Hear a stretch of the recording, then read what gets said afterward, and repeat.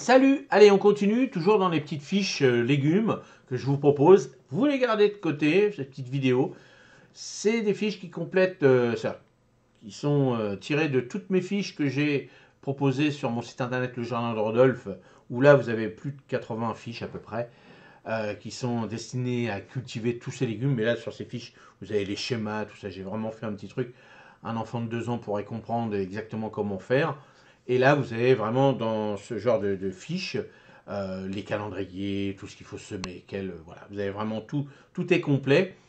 Et j'ai pas voulu faire un livre, hein, bien sûr, j'ai voulu faire plutôt des fiches qui seront, vous les plastifiez comme moi j'ai fait, vous les plastifiez et comme ça vous pouvez les sortir à tout moment sans abîmer ces pages. Le soir vous rentrez, vous nettoyez, hop, vous les mettez dans votre petit carton et comme ça vous les gardez à vie sans problème. Donc allez faire un petit tour sur le jardin de Rodolphe.fr, vous allez dans l'onglet formation et vous verrez ce genre de petites fiches. Vous avez des fiches techniques aussi qui sont gratuites pour vous. Donc n'hésitez pas à aller faire un petit tour, puis en plus ça donne un petit coup de main à la chaîne et ça fait des petits cadeaux pour Noël. Alors là on va parler de l'ail, donc on continue dans la petite série, hein. Donc l'ail, il y a différentes variétés d'ail, hein, bien sûr, mais l'ail, bon on adore ça, hein, l'ail, bon, petit croûton à l'ail avec une petite soupe, ça c'est excellent, hein. Il y a plein de choses, hein. Moi, quand je fais des fonds de tartes salées, des choses comme ça, soit je frotte un petit peu d'ail au fond du plat, des choses comme ça donne ce petit goût, hein, bien particulier de l'ail, hein. Et puis dans le sud, ils adorent ça, l'ail, toujours, ils mettent de l'ail partout, partout, partout. Donc on ne peut pas s'empêcher, hein, de mettre de l'ail, moi j'adore ça aussi. Alors c'est vrai que nous en Normandie, c'est pas facile quand même de cultiver de l'ail. Moi à chaque fois j'ai du mal. Alors tous les ans je dis je vais arrêter, puis tous les ans, bon allez, je me dis je vais recommencer. Alors moi, ce qui pousse chez moi dans mes petits godets en tant que producteur, c'est l'ail rocambole, c'est-à-dire l'ail perpétuel, mais ça ne fera jamais des grosses bulbes, hein, c'est différent. Mais bon, ça a le goût d'ail, il n'y a pas de souci. Mais c'est vrai qu'une belle gousse d'ail, violette, rose, blanche, ça c'est excellent. Donc les différentes variétés d'ail, donc l'ail blanc, l'ail violet, l'ail rose, donc l'ail blanc, et c'est le plus courant, hein, dans nos cuisines, hein, c'est ce qu'on utilise le plus, hein, vraiment. Alors il était idéal pour les régions à climat sec, parce qu'il craint l'humidité, et parmi les plus populaires, l'ail de la Drôme, hein, donc voilà, c'est pour ça que les chanceux, ils y arrivent bien. Après l'ail violet, alors il est plus précoce, hein, il est généralement récolté un peu plus tôt que l'ail blanc. Il se conserve bien un peu moins longtemps quand même, mais bon, bah voilà, il est surtout utilisé dans les régions douces, hein, ça c'est clair, hein, dans le sud ils ont la chance. Alors l'ail rose aussi, comme l'ail rose de Lautrec, bon voilà, encore une région de chez eux par là-bas.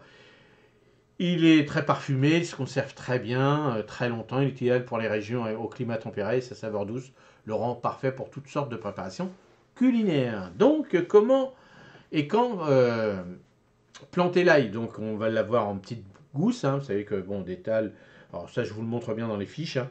On prend la gousse, puis après, hop, on prend les petits cailleux. Donc, l'ail blanc et violet, ces variétés se plantent généralement en automne. Donc, c'est ce que je vous ai proposé dans l'almanach de ce qui est à planter en ce moment, ou en fin de froid hivernal qui stimule leur développement. Donc ça permet de... ils ont besoin d'une petite période de froid. Alors bon, de froid comme il est cultivé dans le sud, c'est pas non plus du moins 50, hein. Mais bon, voilà. Donc après, l'ail rose, quant à lui, il se plante plutôt au printemps, de février à avril. Donc moi, c'est ce que je fais à chaque fois, mais bon, j'y arrive pas. Bon, voilà, c'est comme ça. On n'en parle plus. La plantation, donc sol et emplacement. Là, il préfère un sol bien drainé, comme d'habitude, hein, toujours les sols bien drainés. Donc, dans le sud ou dans des régions où les sols sont assez sableux, eux, ils y arrivent bien, hein. Donc, du soleil, ça c'est clair, net et précis. Et puis, alors on évite de le planter après des légumes de la même famille, l'oignon, poireau, pour éviter les maladies, hein. La préparation du sol, donc on ameublit le sol en travaillant légèrement et ôter les mauvaises herbes. Vous pouvez mélanger avec un peu de compost pour enrichir la terre. Bon, ça c'est votre formule à vous, vous allez faire. Et les plantations, donc on sépare les gousses sans abîmer la base. Plantez-les environ à 3-4 cm de profondeur, pointe vers le haut et espacez entre chaque gousse de 10 à 15 cm en ligne distante de 30 cm environ, hein. C'est des environs à chaque fois. Donc voilà, hein, on écarte bien, vous avez vu, ça fait des petits quartiers d'orange, un petit peu tac tac, on fait ça. Et puis toujours, hein, la petite pointe, hop, l'ail, quand vous partez, l'ail doit vous voir partir. C'est le petit proverbe quand on plante des bulbes dans l'ensemble de nos potagers. Donc l'entretien de l'ail. Donc l'arrosage n'est pas nécessaire, hein. Donc l'ail n'aime pas, comme toutes les bulbes, n'aime pas l'eau, hein, excessif. Le désherbage, donc toujours nettoyer autour, bah, comme d'habitude, hein, pour bien garder, pour éviter que bon, bah, la concurrence des mauvaises herbes entre deux. Bon, après, on peut mettre un petit paillage. L'ensemble des bulbes, on peut, mais attention à vos sols. C'est pas obligatoire. Donc faites attention, si vous avez des sols argileux et que vous plantez vos bulbes, alors toutes sortes de bulbes, en début de saison et le sol n'est pas encore tellement réchauffé, mettez pas votre paillage tout de suite, mettez-le plutôt allez, fin avril, voire mi-mai, voire fin mai aussi dans certaines régions. Donc faites attention, hein, les paillages, c'est bien, mais au moment où vous avez des terres lourdes, il faut les enlever l'hiver. Au moment où vous voulez recommencer, vous dites, bon, bah, dans 2 mois à peu près, là on est au mois de février, bon, allez, je vais planter début avril, mi-avril, hop, la fin février, vous retirez une partie où vous allez planter, tout le paillage que vous avez mis, tout ça, surtout des paillages épais, surtout, et dans les sols lourds comme un argileux, et là ça va réchauffer, et puis après vous remettrez votre paillage autour sans problème. Donc, fertilisation, ben, il n'a pas besoin d'engrais, éviter les supports trop riches en azote, donc comme toutes les bulbes, mais bon, vous avez vu, hein, je vous ai expliqué l'histoire de mes amis qui, eux, mettaient directement du fumier, ils le laissaient 2-3 mois comme ça sur le sol, et puis ça marchait quand même. Donc, voilà. Vous avez des petites recettes comme ça, si vous faites comme ça, ben, dites-le nous dans les commentaires. N'hésitez pas à les petites astuces pour la fertilisation des bulbes. La récolte et la conservation, donc comment récolter, utiliser une fourche bêche, donc en évitant de les abîmer, laisser sécher comme toute bulbe, on les laisse quelques jours.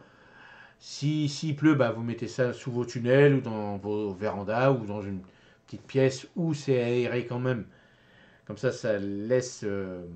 Faut les laisser sécher, hein. Sinon, si vous ne faites pas ça, si vous les rentrez tout de suite, bah, vous n'allez pas pouvoir bien les garder. La conservation ne va pas se faire bien.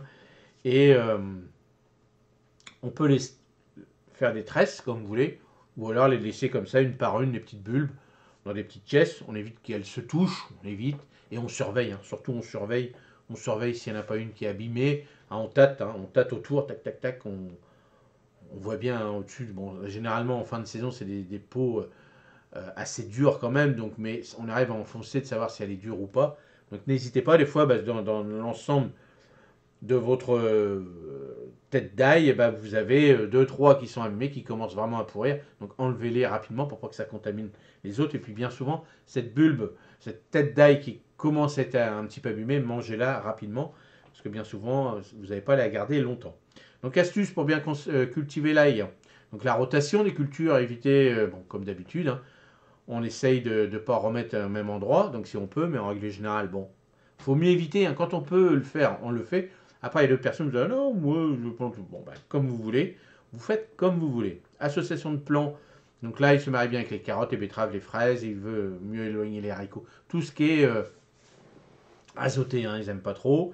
Et là, il est connu pour un effet répulsif contre certains insectes nuisibles, ce qui peut bénéficier à l'ensemble du potager.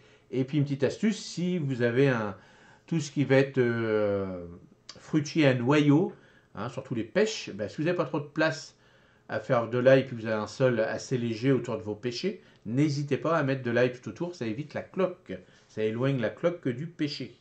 Donc n'hésitez pas, comme ça vous permet de gagner de la place, hein, surtout, et puis ça fait 2 choses en même temps, puis l'ail c'est joli en feuillage.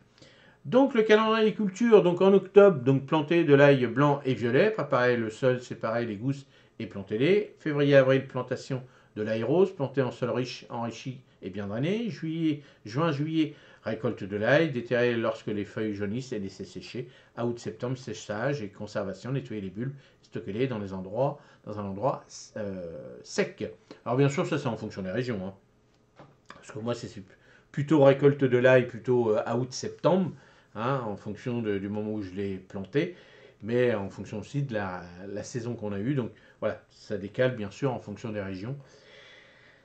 Ben voilà, donc ces petites fiches-là, bah, gardez-les, hein, c'est un complément, une concentration pardon, de toutes les fiches que je vous propose sur le site internet Le Jardin d'Ordolphe, où là vous avez à peu près 80 fiches, où là ça vous permet bah, d'avoir tous les schémas, tous les calendriers, tout ça, tous les légumes qu'on utilise bah, dans tous nos potagers courants, hein. Et en plus sur bah, Le Jardin d'Ordolphe, vous allez dans l'onglet formation, vous avez des fiches gratos et vous avez des fiches où là vous avez des gammes payantes, où là vous faites un petit geste pour la chaîne, donc n'hésitez pas à aller faire un petit tour, puis dites-moi ce que vous en pensez. N'hésitez pas à laisser des commentaires. Et là aussi, c'est pareil, si vous voulez des petits commentaires sur ces fiches, est-ce que ça vous plaît, ce genre de petit guide? Parce que là, on est au mois de décembre. Au mois de décembre, bah, à l'extérieur, on ne fait pas grand-chose. Aujourd'hui, moi, c'est du vent, de la flotte. Ouais, c'est comme ça, hein, c'est l'hiver, c'est normal. Donc là, on fait pas mal de petites fiches jusqu'au mois de janvier à peu près pour bah, vous les garder de côté. Comme ça vous permet d'avoir un petit stock de petites fiches. Et puis, si vraiment vous allez aller plus loin, vous avez les belles fiches sur le site internet. Allez, j'arrête de parler. À la prochaine. Salut. Merci.